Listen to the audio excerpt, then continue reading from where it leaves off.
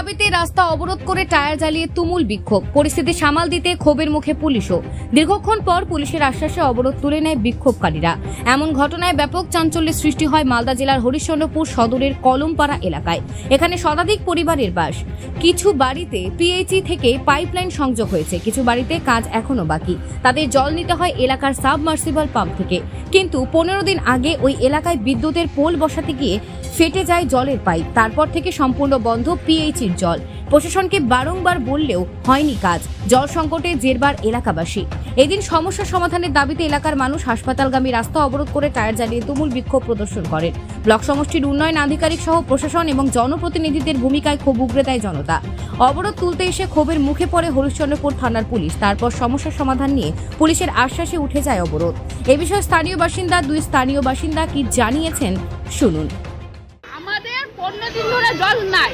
আমরা 1 থেকে 150 বাড়ি থেকে বসবাস করি, কিন্তু আমাদের গ্রামে জল নাই। জলটা খাবো কোথায়? ওয়াটার সাপ্লাইকে জবাব দিতে হবে। একটা লোক যদি প্রাণ চলে যায় তো ওরা কি জবাব প্রাণটা দিবে? মেন রোডে পাইপ ঢুকাতে কল ঢুকাতে পাইপ ফেটে গেছে, ওখানে পাইপ ফেটে গেছে। ওরা ফোনে এসে করতে গিয়ে পোল বসাতে গেলে পাইপটা ফেটে গেছে। পাইপটা কে ঠিক করবে? আমরা না ওয়াটার সাপ্লাই ঠিক করবে? সাপ্লাই কোনো আমাদের অসুবিধায় পড়তে গেলে ওয়াটার সাপ্লাই তাড়াতাড়ি করে আসে না, আমাদের জল দিচ্ছে না।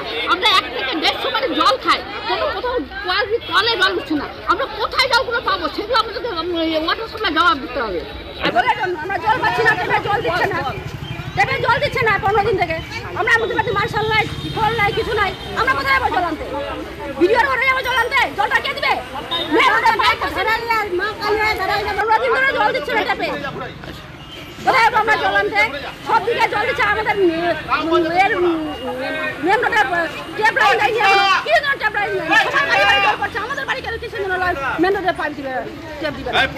স্থানীয় তৃণমূল বিধায়ক তাজমুল হোসেন রাজ্যের দুটি দপ্তরের প্রতিমন্ত্রী। তিনি মন্ত্রিত্ব পাওয়ার পর এলাকার মানুষ আশা করেছিলেন এবার উন্নয়নের গতি ত্বরান্বিত হবে। সেখানে পানীয় জল নিয়ে এত সমস্যা, এই নিয়ে প্রশ্ন তুলেছে বিরোধীরাও। এ বিষয়ে বিজেপির জেলা কমিটির সদস্য কিষাণ কেডিয়া জানান, এই এলাকায় সব কাজ থেকে বঞ্চিত রাখা হচ্ছে। এই জন্য এখানে জলের অভাব হয়েছে বলে প্রতিবাদ হচ্ছে, রাস্তা জ্যাম হচ্ছে।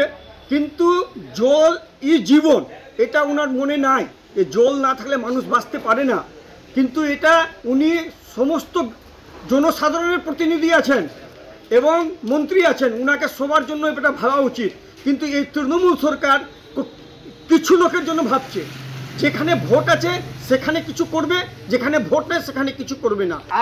আর যেখানে কাটমানি পাওয়া যাবে সেখানে উন্নয়ন হবে। এখানে কাটমানিও পাওয়া যাবে না, সদর এলাকায় ভোটও পাওয়া যাবে না। এই জন্য এখান থেকে জল থেকে মানুষ বঞ্চিত হচ্ছে, এই জন্য আন্দোলন হচ্ছে। মানুষ বুঝতে পেরেছে এই সরকার বেশি দিন থাকবে না। এই জন্য ওনারাও বুঝতে পারছেন যে আমাদের সরকার আর বেশি দিন থাকবে না, এই জন্য ওনারা এইভাবে করছে না। আজকে যেভাবে প্রচুর তাপের মধ্যে মানুষ মরে যাচ্ছে, ওখানে জলের কেন অভাব হবে? এ প্রসঙ্গে রাজ্যের প্রতিমন্ত্রী তাজমুল হোসেনের দাবি, রাজ্যের প্রতিটি জায়গায় জলস্তর নেমে গেছে, সব জায়গায় জল সংকট হচ্ছে। জলের সমস্যা হচ্ছে প্রচুর, সব জায়গায় গোটা ইয়েতে এখন জলের ওই ক্রাইসিস আছে না, মানে নিচ থেকে লোয়ার পাচ্ছে না। এখন বিক্ষোভ দেখাবে না কি করবে ওসব ওদের ব্যাপার। কারণ যে জলের এখন লোয়ার ডাউন হয়ে গেছে, মানে এত স্থলে চলে গেছে জল যে প্রত্যেকটা জায়গায়, খালি কলমপাড়া না, সারা সব জায়গায় মোটামুটি গোটা পশ্চিমবঙ্গ ব্যাপী এরকম চলছে। অন্যদিকে পিএইচির দপ্তরের ইঞ্জিনিয়ার সুমিত ঘোষের দায় এড়ানো উত্তর। তিনি বিদ্যুৎ দপ্তরকে নিশানা করে বলেন, পোলের কাজ করতে গিয়ে সমস্যা হচ্ছে। তো 15 দিন ধরে নাকি জল পাচ্ছে না। ইলেকট্রিক পোল ফুট থেকে পাইপগুলো যদি এরকম প্রত্যেক দিন 10টা করে ফাটায় তাহলে কি বলুন। এবার শুধু হরিশ্চন্দ্রপুর না, সব জায়গাতেই। এটা দক্ষিণ মহেন্দ্রপুরেও হয়েছে, এদিকেও হয়েছে, কি বলে ওই খড়ঙ্গপুর জাবরা, মালতীপুর, চাঁচল, সব জায়গাতে চলছে। মালদা থেকে পরিতোষ সরকারের প্রতিবেদন, নিউজ টুডে।